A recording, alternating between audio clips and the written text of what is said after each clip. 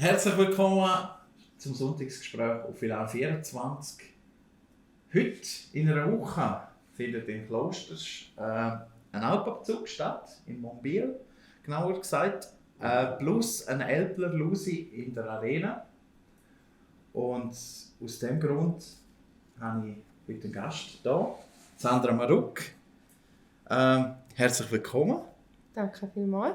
Du bist ja vom Skiclub Gatschiefer, habe ich das richtig gesagt? Ja, ganz genau. Und ihr habt, ja, normalerweise habt ihr da das Open Air Gatschiefer, wo stattfindet im Sommer jeweils. Jetzt haben sie es, glaube ich, über 2 Jahre nicht gehabt, oder? Oder haben sie es im 20? Nein, haben sie es wahrscheinlich nicht gemacht. Nein, wir haben 2018 ist es jetzt das letzte Mal gewesen. Ja. Im 2021 haben wir es nicht machen wegen der Corona-Pandemie, haben wir es das dann absagen. Und jetzt findet es nächstes Jahr wieder statt. Also wäre es für dieses Jahr auch fast ein bisschen zu knapp gewesen, wo sie hier im Frühling gefunden haben, mal, jetzt dürfte immer wieder. So. Also dieses Jahr haben wir es auch aufgrund von der 800 Jahre 4 Klosters haben wir es nicht gemacht, weil es sind so viele Anlässe in Klosters und jeder braucht Helfer und wir brauchen auch sehr, sehr viele Helfer. Wir haben 400 Helfer vom Open Air.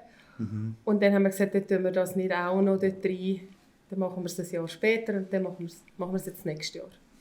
Wobei, ihr habt ja jetzt hier so quasi eine Light Edition, wie ich sehe, in der Arena, die ihr macht, oder?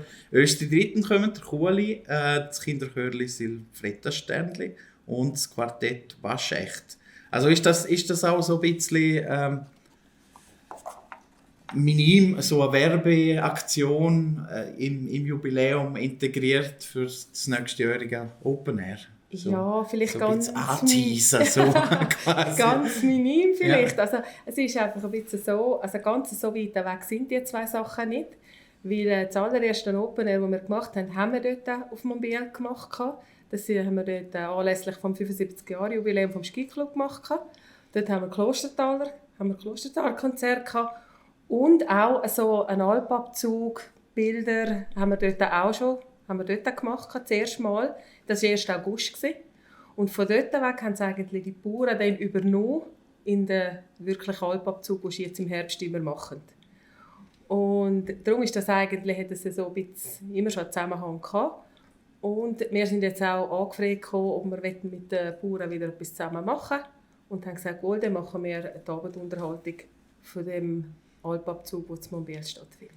Also es war grundsätzlich nicht so gewesen, dass ihr irgendwie zum Christoph Lutzig gegangen sind und gefunden haben, hättest du nicht noch ein Plätzchen oder so? Also ist das einfach irgendwie so wieder wie zurück zu den Wurzeln? Ja, fast umgekehrt war es, glaube ich. Also, sie sind eigentlich gekommen und haben gesagt, hey, machen wir ein Open Air in 800 Jahren für irgendwann.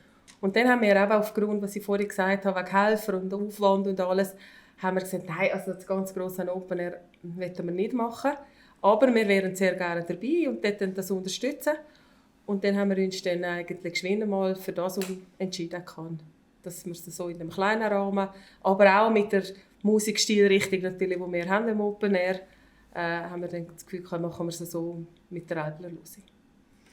Aber ich habe irgendwie immer so ein bisschen das Gefühl, also es ist eigentlich schon noch eine relativ grosse Kiste, wenn man erst die Dritten kosten sicher ihren Preis. Der Kuhli ist schon ewig dabei.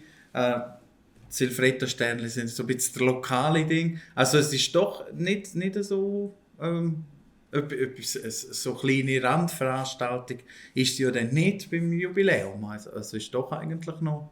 Nein, kann man noch etwas Rechts erleben. So. Also finde ich auf jeden Fall, vor allem den ganzen Tag schon. Also du kannst jetzt am Morgen auf Monbiel hin und dort ist der Alpabzug, der in verschiedenen Bildern stattfindet, mit Ross, Wagen. Die Bauern haben sich jetzt auch anlässlich 800 Jahre viel, haben sich jetzt noch verschiedene Bilder zusätzlich überlegt, was sie zeigen könnten, wie früher, wie sie geheiert haben. Und dann natürlich die Attraktion, die gechäppelten Kühe, das heisst Kühe mit Blumenschmuck. Gechäppelt. muss man sich merken, gechäppelt. Ja, das noch nie gehört. ist Chapel, ja. Das ist der Blumenschmuck, den die Kühe auf dem Kopf tragen, die grossen Schellen. Und es wird auch eine Festwirtschaft dort drin sein. Also das ist schon ganz ein schöner Tag, den man dort erleben kann, dort auf dem Monbiel hin, auch panoramamäßig. Und am Abend haben wir dann eben das Fest mit der Musik. Und dort gibt es auch einen 3-Gang Älplersnacht, kann man dort geniessen. mit der Musik und einer kleinen Einlage noch, wo ein Bauer mit Kind erzählt, wie man früher geheuert hat und gelebt hat und wie es heute aussieht. Also so noch etwas, wo man auch ein bisschen zurückschauen kann. So. Ja, auf jeden Fall. Genau. Wie war es eigentlich ursprünglich bei euch gewesen? Ist das, du hast erzählt, ihr habt dort in Monbiel ursprünglich einmal das Open Air gemacht. Ist gerade von Anfang an klar gewesen, dass ihr in die Richtung Schlager, Volksmusik gehen werdet? Und hat das auch irgendwie einen Zusammenhang mit dem vielleicht Brettliziller Fest, wo dort dann auch so ein bisschen gehört hat? Oder ist es überschneidend gewesen? Es ist überschneidend. Sogar am Moment, ja. Also wir haben eigentlich so gar nicht, die Idee war gar nicht so gewesen, Open Air. Wir wollten einfach eine 75-Jahr-Feier machen für den Skiclub Schiefer.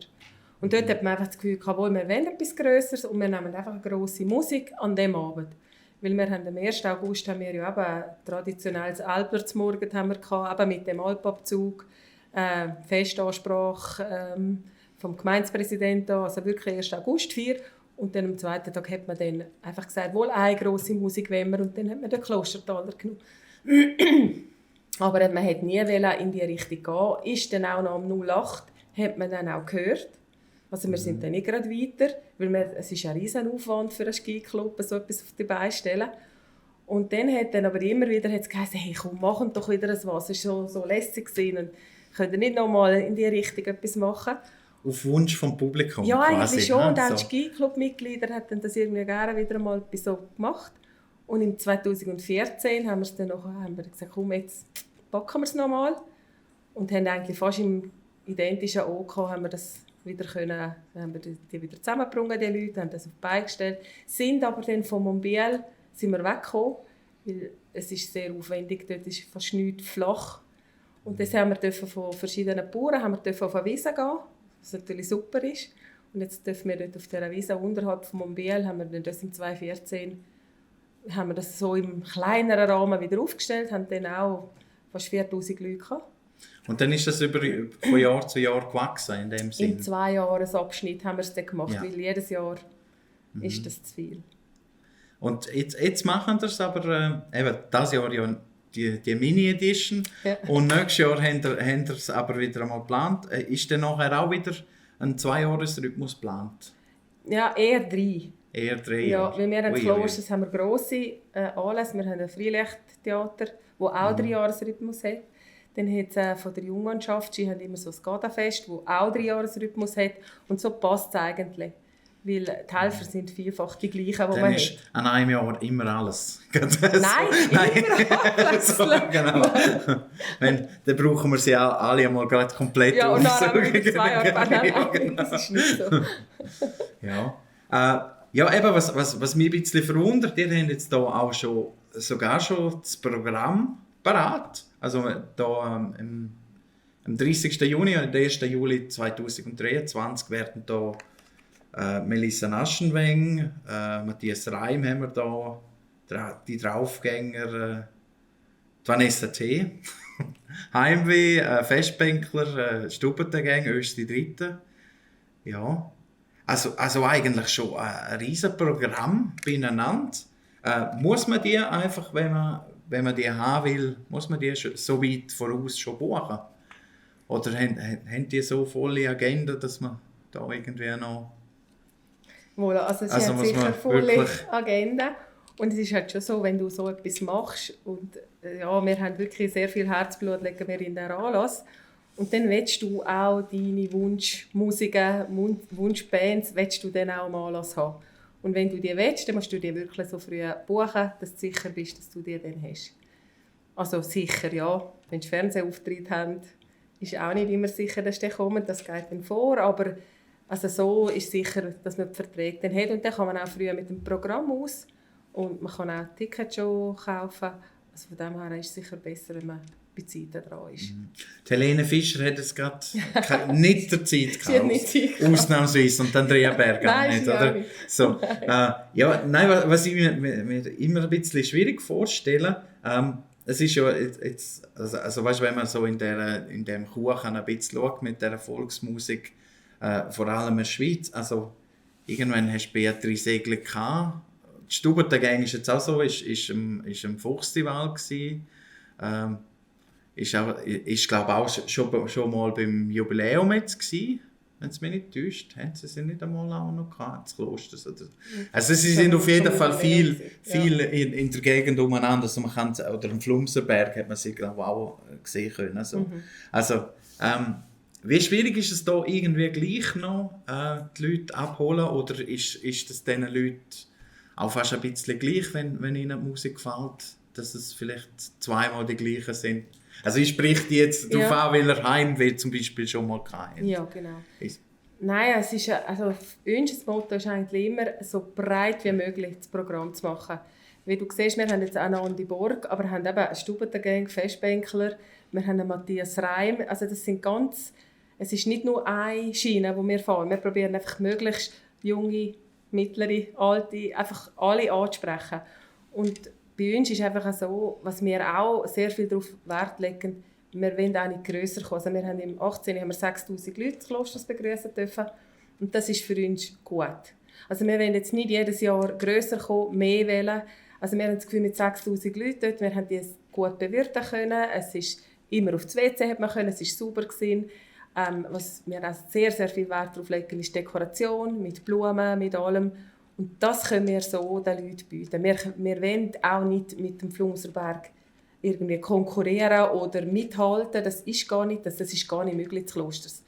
Es ist eher ein bisschen kleiner, familiärer, aber vielleicht sprechen wir einfach ein bisschen andere Leute an. Mhm. Helene kriegt kein Telefon in dem Fall. So, nein, ich glaube, sie bekommt keins. Nein. Und ich auch nicht. Einmal noch nicht, ja. Die Vorfreude ist sicher gross bei so einem Ding. Ihr seid sicher auch schon mit dem Vorverkauf draussen. Ja. Wie ist das jetzt so? Ja, es ist doch noch ein Zeitchen bis dort. Habt ihr da schon Billett weg? Also wir haben halt schon Billett weg, weil ja eigentlich das Programm ist ja eigentlich für das 21 schon gestanden. Aha, das holen wir jetzt wie noch. Wir haben ein bisschen abändern müssen. Ja. Aber die meisten, müssen wir sagen, die meisten Künstler sind wirklich wieder haben zugesagt. Und wir machen jetzt eigentlich das Programm vom 21 im 23. Und dort sind halt schon Billett verkauft worden. Sind aber auch jetzt schon sehr, sehr viele Billett wieder fort, vor allem für den VIP-Bereich. Das ist halt so ein bisschen gehöcht und mit das Nachtessen und Lounge und so. Das mit ist Selfies und so. Ja gut, das könntest du auch haben. Nicht mit mir, aber... Ja, das finde ich spannend. Also, eben, dann haben wir nächstes Wochenende das hier, einmal so ein Leitetisch, wo man mal ein bisschen reinschnuppern kann. Und euch auch ein bisschen kennenlernen. In Meier sind alle dort am helfen, oder? Ja, das ist eigentlich das Hübsche bei uns im Skiclub vor allem. Also eben, ich habe vorhin gesagt, wir haben im Open Air 400 Helfer, die wir brauchen. Und es ist nicht selbstverständlich, dass man 400 Leute herbringt. Aber irgendwie sagen wir immer, wir sind wie so eine Familie. Also wir tun auch für das Open Air, wir haben eine Woche vor dem Open Air sind wir am Aufstellen. Weil es ist eine Wiese, wo nichts drauf ist. Und wir finden alles vom ersten Pföstchen. Und wir sind eigentlich dort eine ganze Woche dort mit Kind und Kegel. Also wir essen dort zu 9 Uhr, zu Mittag, zu 4 Uhr, zu Nacht und dann dort arbeiten. Also wenn die Kinder aus der Schule kommen, kommen sie dort hinten, weil sie wissen, wir sind hinten. Also das ist noch recht eine spezielle Woche. Also für uns ist es eigentlich fast hübscher, intensiver als dann die 2 Tage selber, die dann ungeschwimmt vorbei sind. Schnell. Ja, das ist natürlich. Und jetzt dürfen wir da bei der Alpenlose wieder voll auf die Helfer zählen. Das ist unlässig. Die arbeiten alle unentgeltlich, kriegen alle keinen Lohn. Und sie kommen jetzt auch hier an der Alpenlose wieder und das ist wirklich unlässig. Ist das familiärer vielleicht? Oder eben auch, dass ihr sonst noch neben dem Festival, das ihr organisiert, auch noch ab und zu Skifahren gehen, nehme ich an, oder? Schlittelrennen, alles haben wir. Hin und wieder so. Nein, ja, genau. Ist das vielleicht auch so ein bisschen ein gutes Rezept zum Nachwuchs generieren? Oder wächst der Nachwuchs eigentlich gerade mit Ihnen in die Familie? Ja, eigentlich ist es genau so. Also Mama Netti, die sind dabei und die Kinder nimmt man einfach mit. Und irgendwie, also ich habe jetzt 2 Buben, die schon älter sind.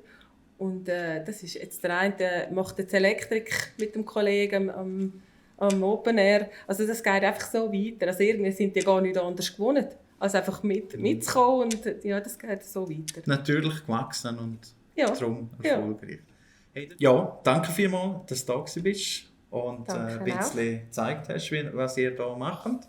Ich wünsche ganz erfolgreiche Älpler-Blusi und da, dass ihr da wirklich alle Billette wegkriegt. Ja. Danke.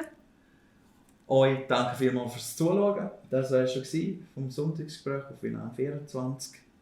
Schaut vorbei im Kloster. Es wird sicher eine mega Party mit dem Party Bartli. Oder so irgendein so ein Song hat, dann löst die dritten. Party Bartli. Haben sie das letzte Mal am Donnerstag gebraucht. Ich glaube, der spielen sie im Kloster an. Macht's gut. Danke vielmals. Ciao.